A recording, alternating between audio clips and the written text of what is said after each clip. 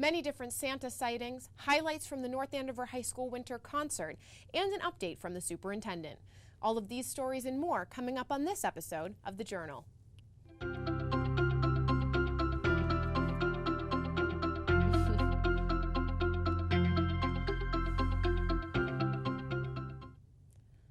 Hello everyone and welcome to the North Andover Journal. I'm Morgan Healy. Thank you so much for taking the time to tune in during our last episode of the calendar year. Welcome to 2016. First, let's get you started on today's top story. Carol from the North Andover Historical Society took us time traveling back to when Christmas traditions first started to appear here in Massachusetts. Let's take a look. Welcome to the North Andover Historical Society and season's greetings. I'm Carol Majahad and I'm the director here. And today I'd like to talk a little bit about Christmas.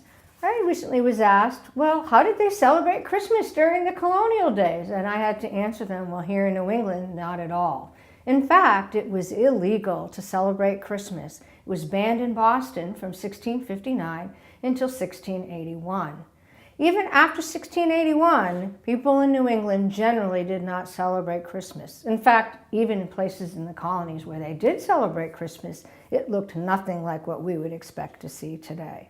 In Boston, even the almanacs were prohibited for putting on December 25th Christmas.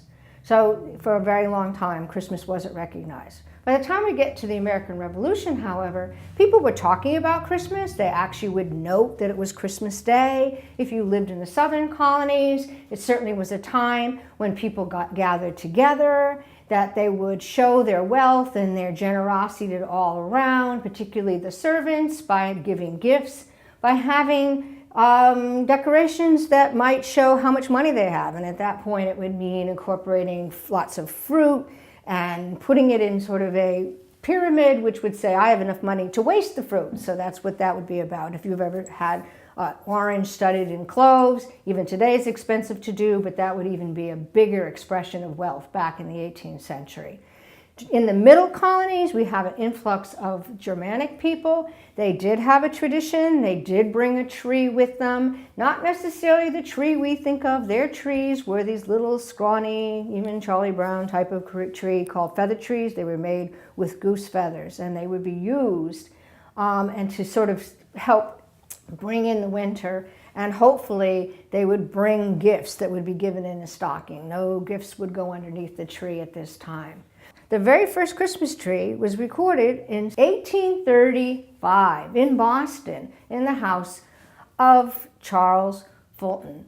And it was recorded by Harriet Martineau. Now, Harriet Martineau was one of those English travelers who went around the new country of America and recorded the odd and interesting things that these new Americans did.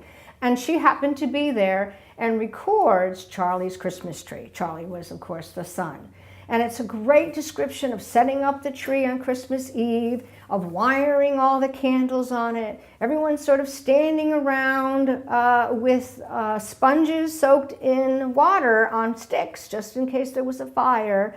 The tree was loaded with gifts. They would light all of the trees. They would let the children into the parlor, like we're in today, a room that was really only accessed by children like once or twice during the year, and this would be one of them. They would light the tree, everyone would go, ah, and then they'd put it out. It's really during the American Civil War where Christmas becomes an actual celebration that's sort of recognized nationwide. It was sort of what every person needed to sort of lift their spirits during this terrible war. It shows you that Christmas, far from being against the law, was now recognized as a holiday and celebrated with great warmth by everybody. The Stevens Estate recently had their Holidays open house weekend. This was the first open house they had had under their new director, Joanna Woolette. We caught up with Joanna at the open house to see what it was all about. Welcome to the Stevens Estate Holiday Open House. This is a 3-day open house weekend, and this has been designed specifically to invite local people in North Andover to come and explore this beautiful historic place. First of all, we have Santa in the background here. We've also got this room, the Nutcracker Suite, has actually been designed by Kevin Weary, by He's a Boston-based designer, and he designs a lot of the big events in Boston. We were really, really lucky to have him come to the Stevens Estate this summer for a wedding that he designed. And he fell in love with the place, so of course he's always wanting to come and help us. And he created this amazing nutcracker room here. We also have Noonan's Greenhouses, who are a preferred vendor of ours. We work with them a lot for our weddings in the summer. They decorated one of the rooms, including the magnificent tree with the orchids in it.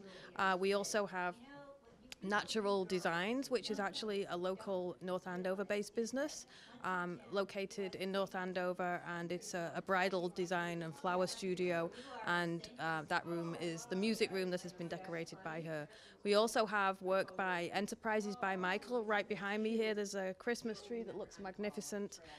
Michael is an amazing piece of work. He can create magic out of ribbon, and this is a really good example. Everybody, all of the people, including the caterers, we've got 3 caterers here tonight, in addition to Dottie's Delights, who is another local North Andover business.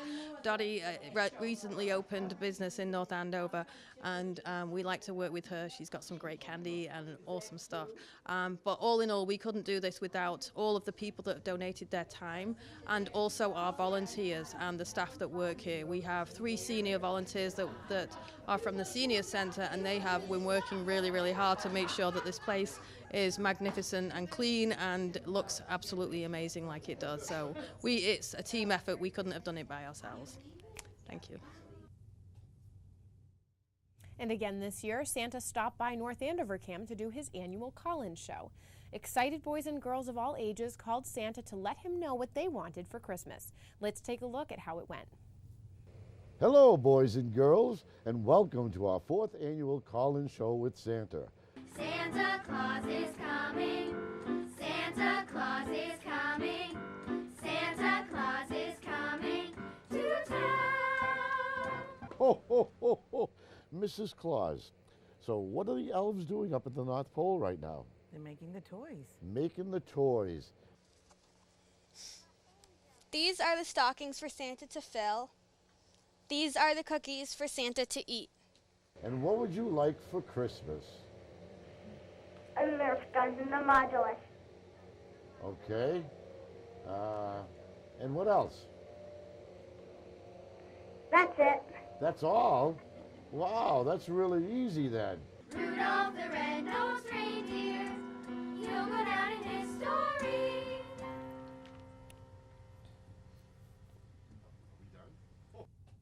That looks like a really fun time. Happy holidays, everyone. Now it's time to move on to our CAMED update.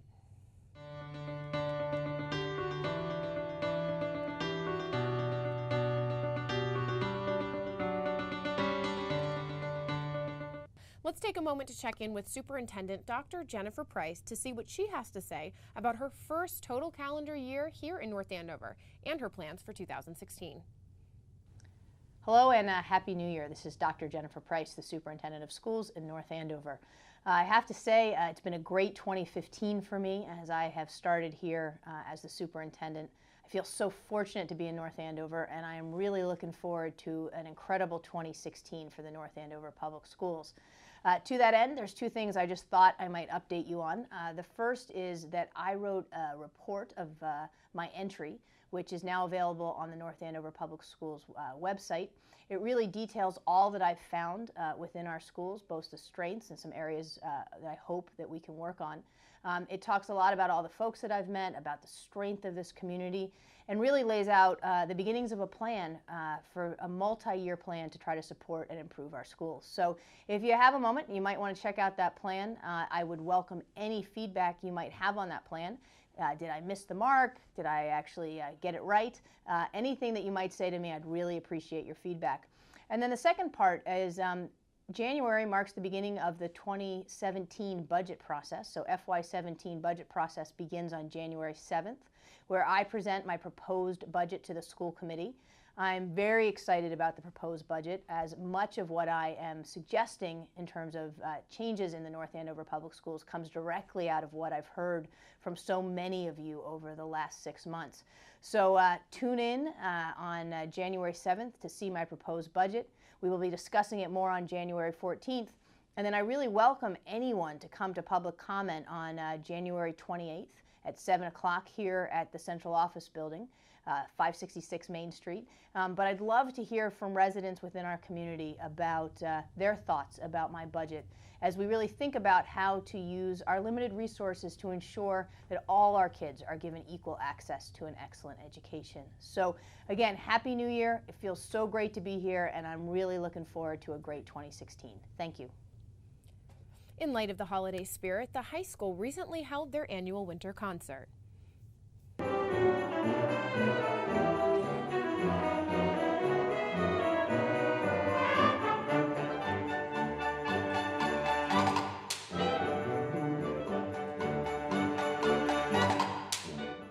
The concert started off with the wind ensemble playing the holiday classic Sleigh Ride. The elite Scarlet and Black singers took the stage next, starting with the powerful song Zion's Walls. The concert choir was next, followed by the symphonic band. To end the night, both the concert choir and the symphonic band took the stage to play a medley of Christmas songs. Santa surprised everyone and helped conduct the last song. Now it's time for our monthly arts and entertainment update.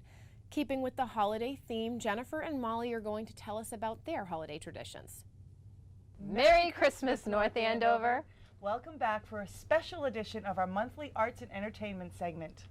As you can see, Santa's elves have been hard at work getting ready for a fabulous holiday season. We wanted to share with you some holiday sentiments as a closeout to 2015, and we are very grateful for the opportunity to be with the helpful people here at North Andover CAM and each of you each month sharing the joys of entertainment in the Merrimack Valley. So we thought we would share a few of our own personal reflections with you about the holidays in the form of Christmas past, Christmas present, and Christmas future. And of course, no Christmas would be complete without first getting dressed up in costume to tell you our stories. Well, Christmas has always been a very special time in my family since I practically lived Christmas all year round when I was growing up. My mom is an artist, of course, and she has had her own Christmas ornament business supported by my father since 1976. When my friends used to come to the house to visit, they would stop in awe of what was happening at my house.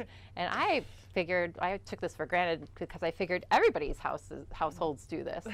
But my mom has created ornaments for countless people, documenting special occasions in many people's lives. It touches so many people and makes our family's tree a very special journey of remembrances. And I even have to add that we have special ornaments for each of the shows that we've been in, which is so incredible. So thanks, Mom and Dad. You guys are amazing. Jen, I think I would have been one of the people in awe of your house. As for me, my Christmas past always revolves around memories of my father. This is my 18th Christmas without him, and he's still with me every day. He loved to sing. He embodied Christmas in every way possible. And one of his side jobs when I was in high school was dressing up as Santa Claus. And I remember one year he came in to pick me up at the store I worked at, dressed as Santa, yelling my name, looking for Molly Murphy. And I was so embarrassed, but gosh, I'd give anything to have him back now. I miss you, Dad. So moving on to Christmas present, I so enjoyed going to see my sister's yearly ballet performances of the Nutcracker when I grew up.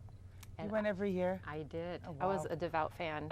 So I remember enjoying the shows, and it's been a long time since I've been to the Nutcracker.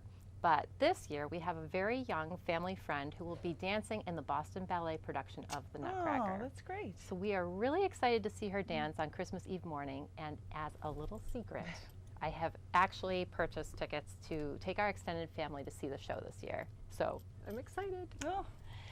Promise not to tell because this is a secret. I promise I won't tell anyone, Jen.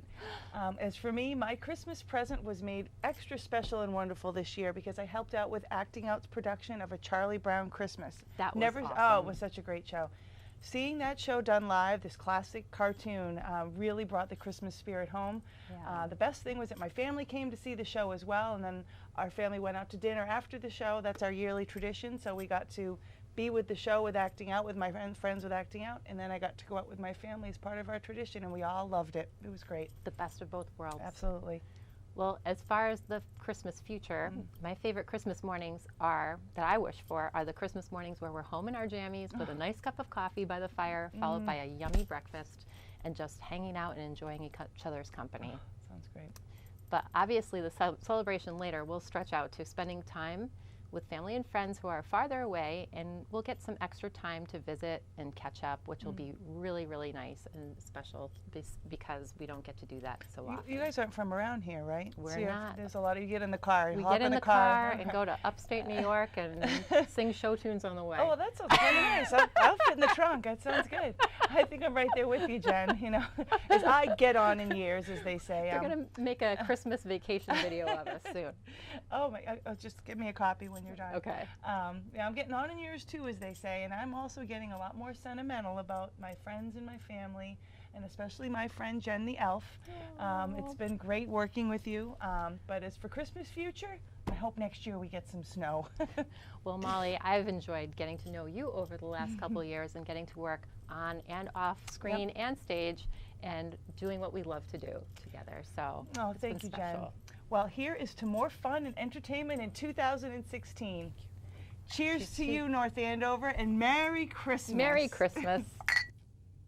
Thanks so much, ladies, for that great recap. It's always wonderful to hear about other people's Christmas traditions and, of course, their favorite memories. So personally, I was reflecting on this topic and thinking to myself, what could I possibly say to share with you guys today? And I remembered a time when I was probably, I don't know, 9 or 10 years old, and my parents made every single effort possible to make my Christmas so special. You know, I had gifts from Santa Claus, of course, but then they always gave me a gift from Mom and Dad too. So I really think that was, you know, super special, and it's a wonderful memory for me. You have Santa taking care of you, your parents, and of course your loved ones, friends and family from all around. So it's really a great show of joy and of course appreciation for those around you. So now let's hear from some of the other people in North Andover about their favorite Christmas memories. Some of my holiday memories goes back to Thompson School.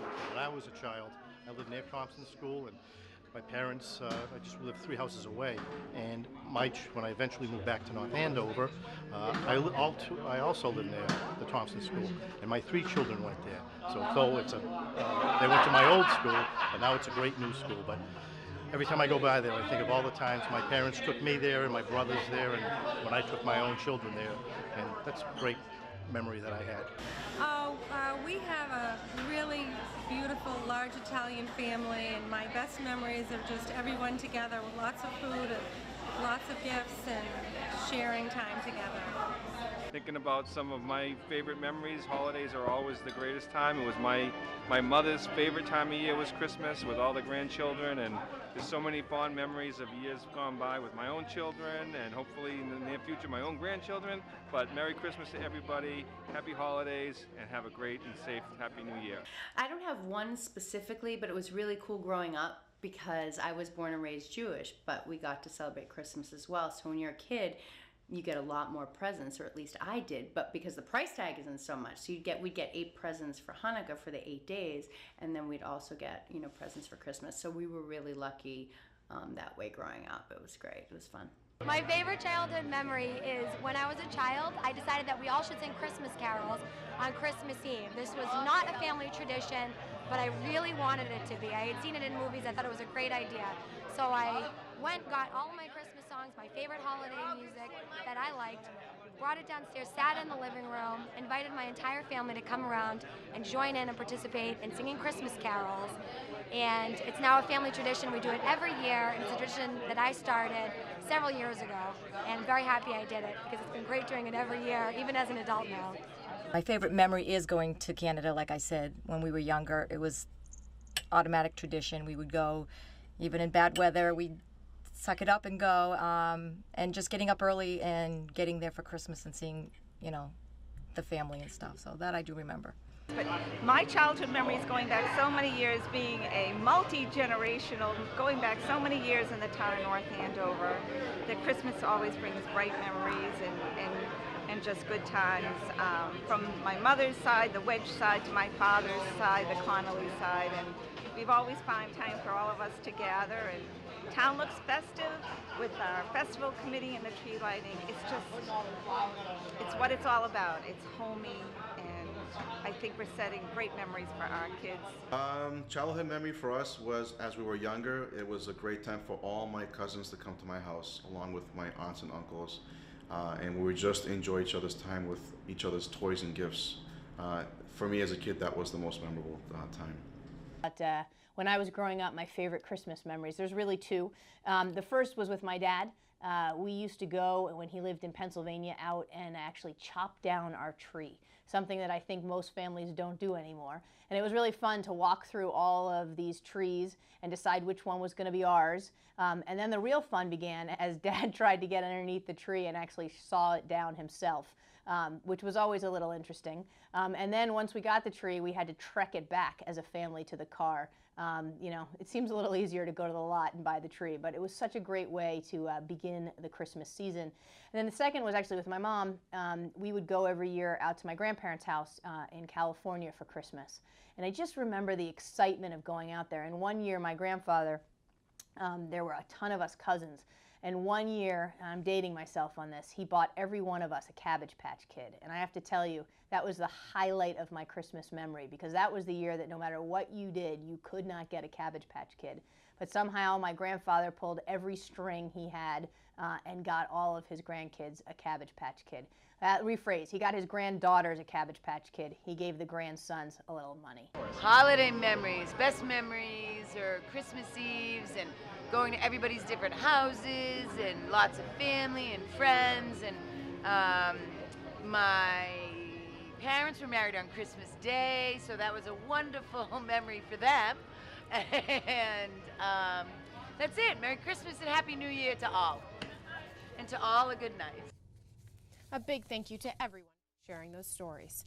That wraps it up for this episode. And as always, if you have a news story idea or would like to contribute to our show, please email us at thejournal@northandovercam.org.